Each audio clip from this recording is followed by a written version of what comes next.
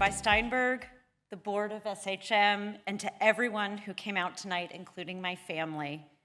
And a huge thank you to the NHL and NBA, who are clearly pro-Shabbat, as both leagues kindly scheduled the finals around tonight's Friday night services. I have not been checking soccer scores from the pews, I promise. To prepare for the honor of speaking with you tonight, I spent time reflecting on previous moments when I've been entrusted with speaking from the Bima. I stood on the Bima for my daughter Piper's bat mitzvah in 2014 at Temple Micah in Washington, D.C. And I've been called to come up in groups to offer prayers on special occasions. But the truth is that the last time I offered real substance from the Bima was at my bat mitzvah at Washington Hebrew Congregation in 1985, some 41 years ago. So please forgive my religious rust. My most unshakable memory from that time was when the Torah was unfurled in front of me the week before my actual bat mitzvah.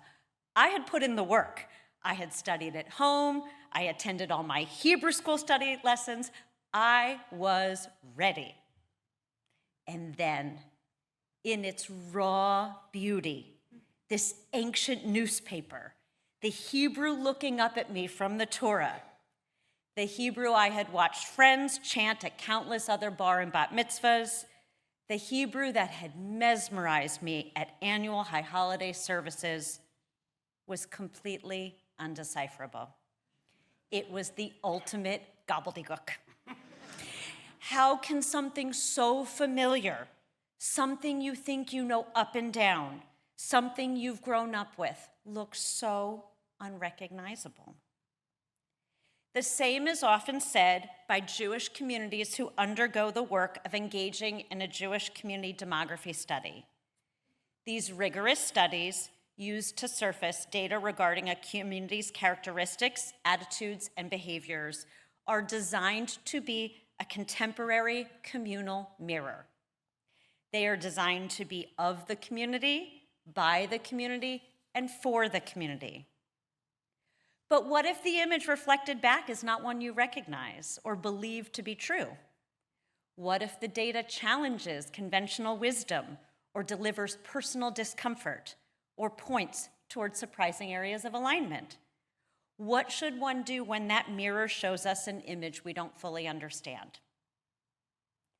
Rabbi Steinberg invited me here tonight. Thank you. This is such an honor. I'm so excited to be here.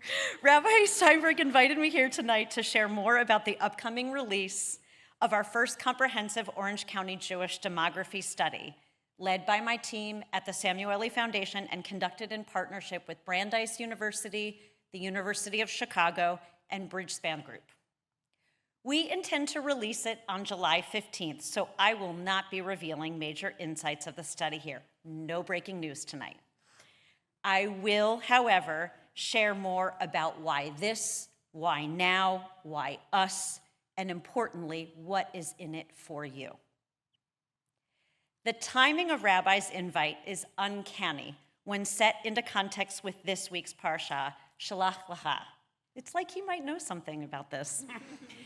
Oh, friends, this portion is a doozy.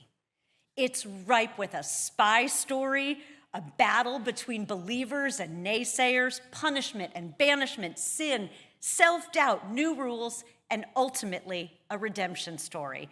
This Torah portion packs a lot of punch. The reading starts with a scouting mission.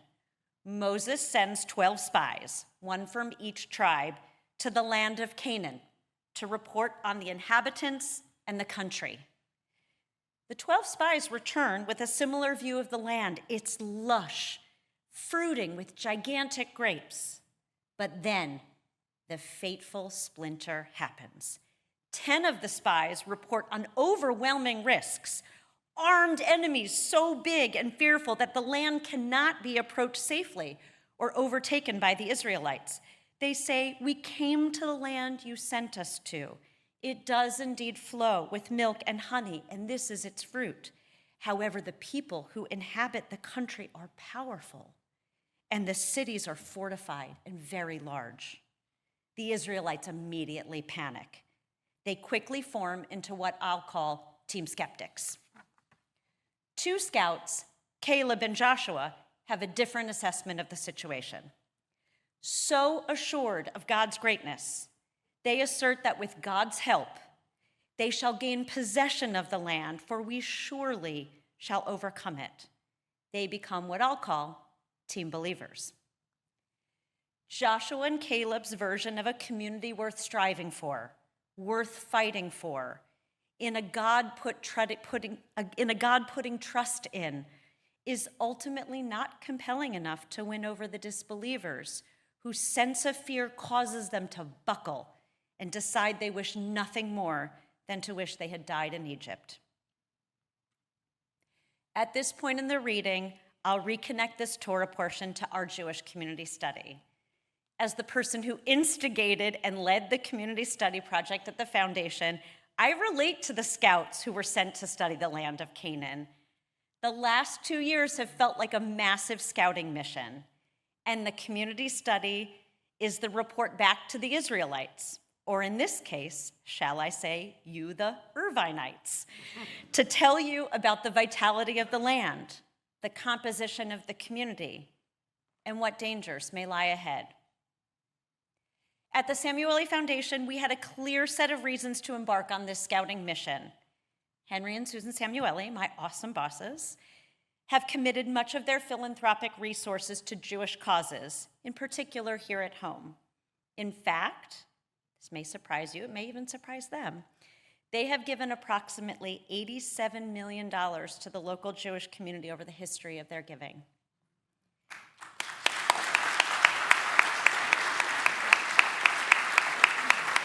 See, Susan didn't know.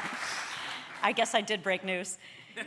It has been and remains one of Henry and Susan's greatest priorities to ensure that Orange County can have an enduring, joyful, safe, and thriving Jewish community for generations to come. We approach our work from a place of values, but as a philanthropic capital allocator, it is essential that we make our investments from a place of values plus evidence.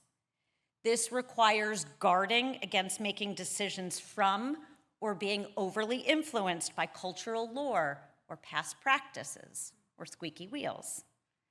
Our funding must evolve in lockstep with community need as expressed by the community itself. We went out into the community looking for the data we would need to make our next set of transformative investments in support of local Jewish life. Guess what? That data didn't exist. And so, we stepped in to fill that void by tackling a demographic study to create the data set that so many people, including us, craved. Thus, our scouting mission began.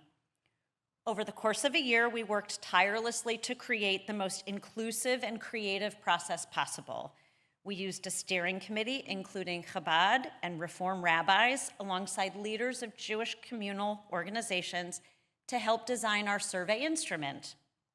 We paid participation grants to any Jewish organization that helped us market the survey to ensure we reached as many Orange County households as possible. We piloted new questions unique to our community in hopes of drawing the most complete picture of the Orange County Jewish community.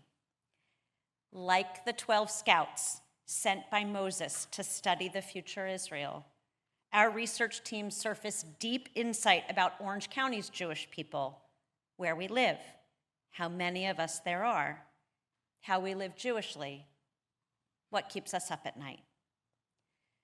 Some of what came back was largely in line with our expectations, but there was a lot that surprised us and might surprise you too. About affordability, about mental health, about loneliness, about people's hopes, about young adults, and about where, despite our political differences, we ultimately have way more in common than you might imagine. Our team had moments during this work where we felt much more like the 10 spies who returned full of fear. This demographic study was much harder than we anticipated, and took way more time than we imagined it would.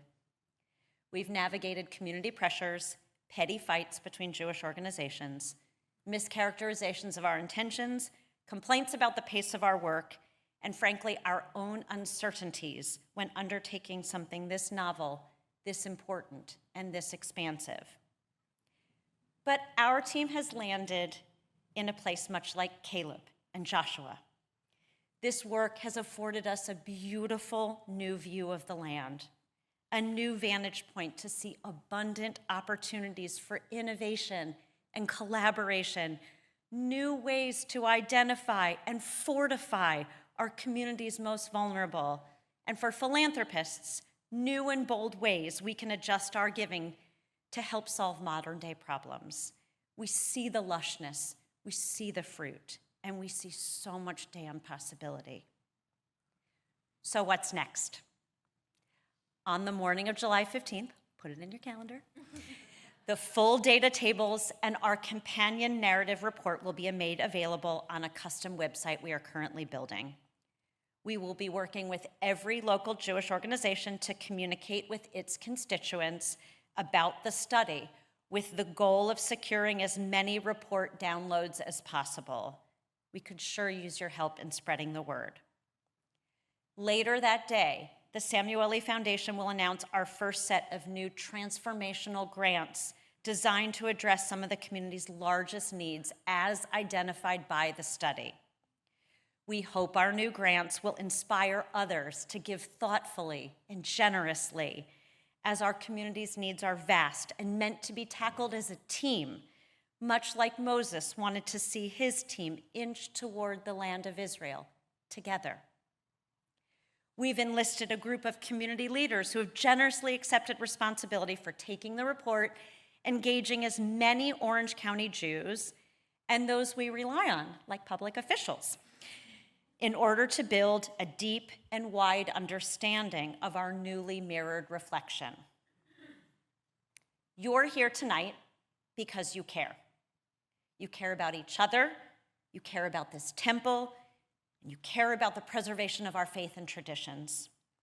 Each of you has a role to play in digesting this community study and leading us to new understandings, new friendships, and communal renewal. Together, we can bring the unity back to community. If you have an interest in helping disseminate the study and encouraging deep learning, we will gladly welcome more into this effort. I suspect that your involvement will prove to be meaningful and give you a renewed sense of purpose, much like it has done for me.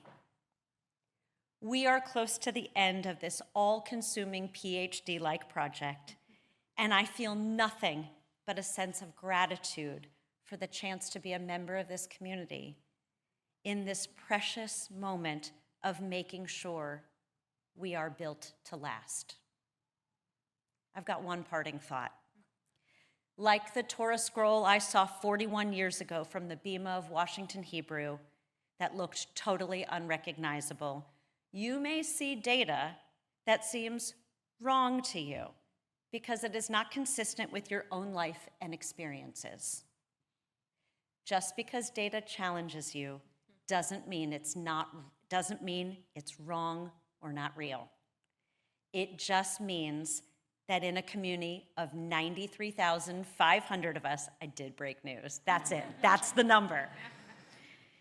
It just means that in a community of 93,500 of us, there is no one Jewish voice and no singular story of the Jewish people.